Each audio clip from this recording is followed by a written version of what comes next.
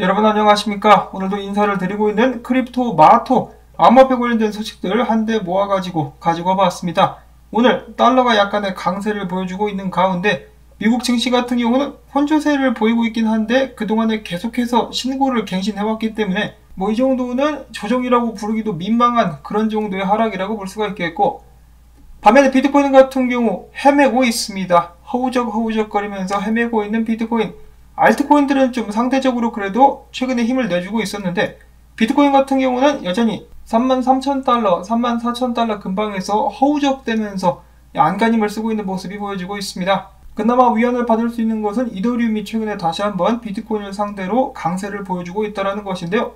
비탈릭 부테리니의 축복과 함께 이 암호화폐 시장이 다시 한번 힘을 내줄 수 있기를 바라보면서 첫 번째로는 국내 소식입니다. 특정 당 국회의원이 암호화폐 관련되는 과세를 1년 더 미뤄줄 수 있는 그러한 법안을 발의했다라고 하죠.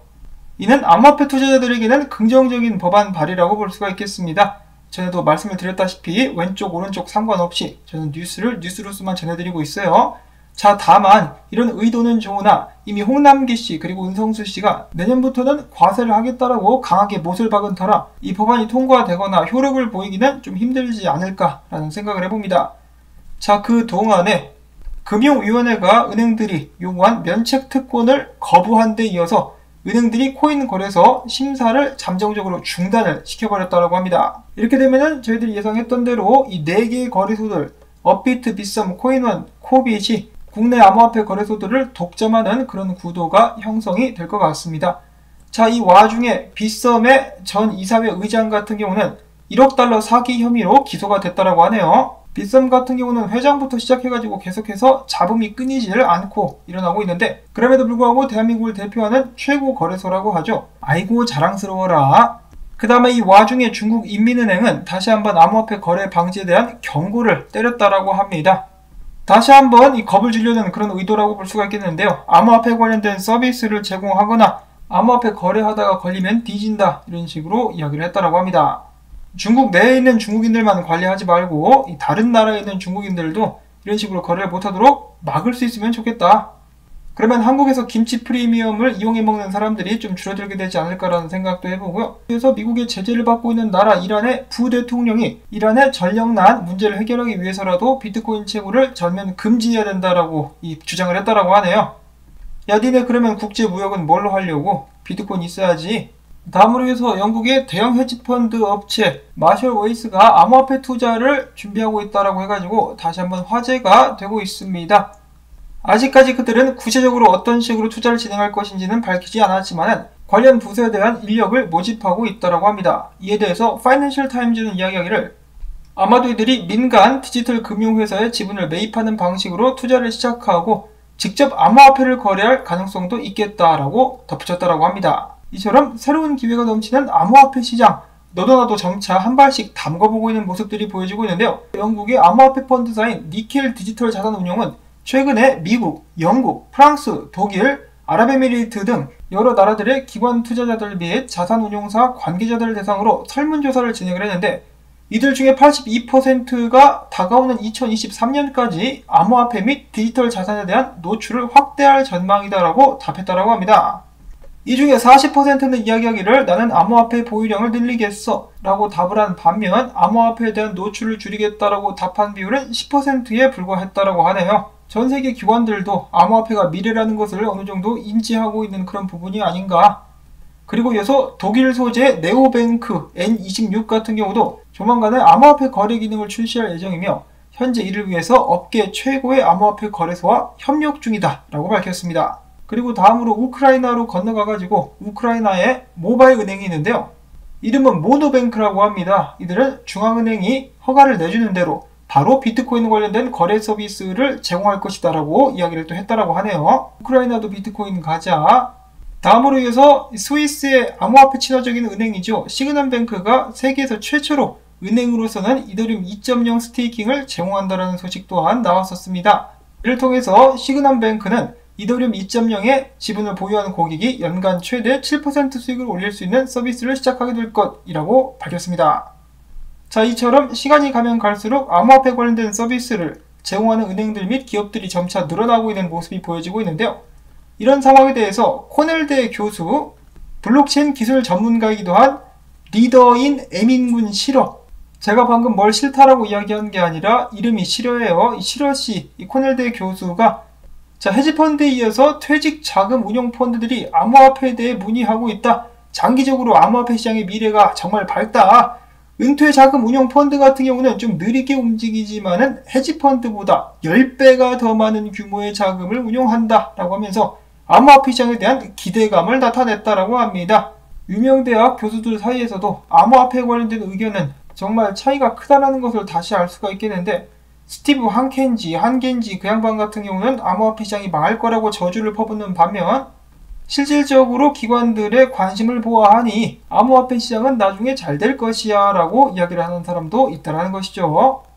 이분은 정말 훌륭한 교수님이 아닌가 라는 생각을 해보고, 그 다음에 이더리움의 개발자 중에 한 명인 팀 베이커가 이야기하기를 우리 준비 중인 런던 하드포크를 8월 4일날 땡겨볼까 라고 제안을 했다라고 하네요.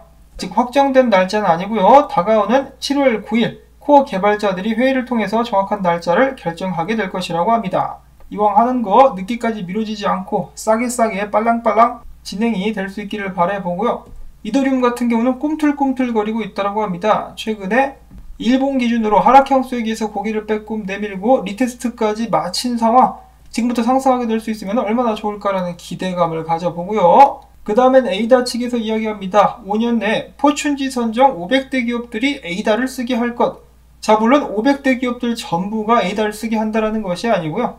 500개 중에 10개가 에이다를 보유하게 만드는 것이 그들의 목표라고 합니다. 이 목표는 찰스 호스킨슨이 아니라 칼다노 재단의 대표인 프레드릭 그리가드 씨가 이야기한 것이라고 하네요. 그들은 2022년까지 상호 운용성을 높이고 50개 은행의 온보드 서비스를 강화할 계획이다라고 추가로 밝히기도 했다라고 합니다.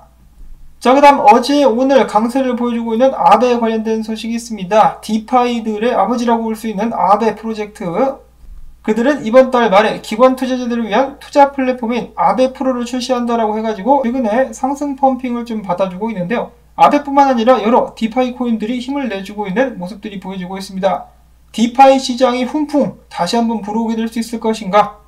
그리고 제가 왜 얘를 아베라고 부르냐, 에이브라고 불러야 되는 거 아니냐, 제가 팔로우하는 인플루언서들이 아베라고 부르길래 저도 아베라고 부르고 있습니다.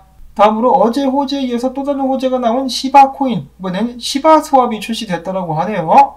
시바 스왑의 아버지 격인 도지코인 같은 경우도 도지 스왑이 없는데 시바 코인이 시바 스왑을 출시를 했습니다. 축하합니다. 시바 스왑. 다음으로 해서 F1 쪽과 공식적인 파트너십을 체결한 크립토닷컴. 최근에 F1 그랑프리 경기장에 로고가 당당하게 걸려있는 모습이 포착되었다라고 크립토벌브는 이야기를 해주고 있었고요.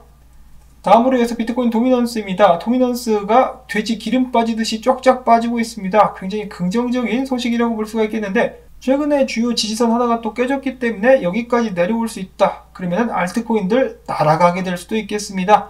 도미넌스 조금만 내려와도 알트코인들은 신나게 춤을 출 수가 있죠. 다음으로 해서 7월이 다가왔습니다. 7월에 비트코인 성적은 어땠나 살펴보신다면 작년 같은 경우는 24% 상승을 이뤘었는데 이제 전체적으로 봤을 때는 그래도 긍정적이지 않나. 과연 이번 달 올해는 어떨 것인가. 지난 3달 동안에 참패를 기록해왔기 때문에 이번 달은 그래도 좀 긍정적인 한 달이 되지 않을까, 그런 식으로 기대를 한번 해봅니다. 최근 중국 쪽에서 채굴 기업들이 전부 다 문을 닫은 것과 관련해가지고 글래스노드는 이야기하기를 최근에 비트코인 채굴자들의 50%가 오프라인 상태다. 그 덕분에 남아있는 채굴자들 같은 경우는 수익성이 2배로 뛰어올랐다. 공산당들이 비트코인 채굴자들 때렸다라고 해가지고 모든 채굴자들이 피해를 보는 것은 아니다. 왜냐? 수익이 늘었으니까 라고 그들은 분석을 했다라고 합니다. 그리고 이 다음에는 인컴샤크의 비트코인 차트 분석. 지금 보시면은 계속해서 이 상단 추세를 존중해주고 있는 비트코인, 맞을 때마다 반등을 해주고 있어요.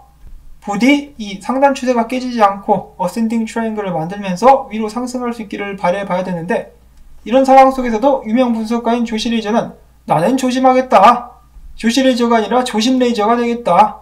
비트코인이 36,000달러를 뚫고 안착하기 전까지는 나는 작은 포지션만을 유지하겠다라고 이야기를 하게 됐었습니다. 그만큼 이 36,000달러대가 굉장한 장애물로 작용을 하고 있는 것이죠. 이것을 뚫지 못하면 결국 비트코인은 떨어지게 될 수밖에 없는 운명.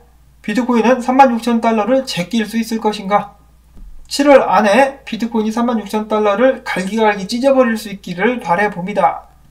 자, 그 다음에 유명 트위터 계정이죠. 비트코인 아카이브에서 최근에 이런 게시글을 공유를 했습니다. 때는 바야흐로 2000년 12월 5일. 인터넷 일면에는 이렇게 나와 있습니다. 수백만 명이 이 인터넷을 포기하는 것으로 봐서 인터넷은 결국은 일시적인 유행에 지나지 않은 것 같다. 아마 이러한 기사가 나오게 된 배경이 닷컴 버블이 터지고 나서 나오게 된 것이 아닌가 싶은데요. 비트코인도 마찬가지라는 것이죠. 가격 좀 떨어졌다라고 해가지고 비트코인 사라진다, 망했다라는 글들이 그리고 기사들이 여기저기서 쏟아져 나오고 있습니다. 오히려 긍정적인 신호로 볼 수가 있을 것 같은데요. 다가오는 미래 비트코인이 주역으로서 인터넷만큼이나 크게 성장할 수 있는 그날을 기다려봅니다. 주식 같은 경우도 미국에서 처음 나왔을 때는 사람들이 전부 다 사기로 여겼었다라고 하죠. 비트코인도 마찬가지로 과도기를 걷고 있는 것이 아닌가라고 생각을 해보면서 오늘 영상은 여기서 또 마무리를 짓도록 하겠습니다. 여러분들께서 이 영상 재밌게 보셨다면 오늘은 토마토밭에 프링글스 던져주기 광고 영상을 시청을 통해서 부탁을 드리면서 저는 다음에 새로운 소식 가지고 인사를 드리도록 하겠습니다. 안녕히 계십시오.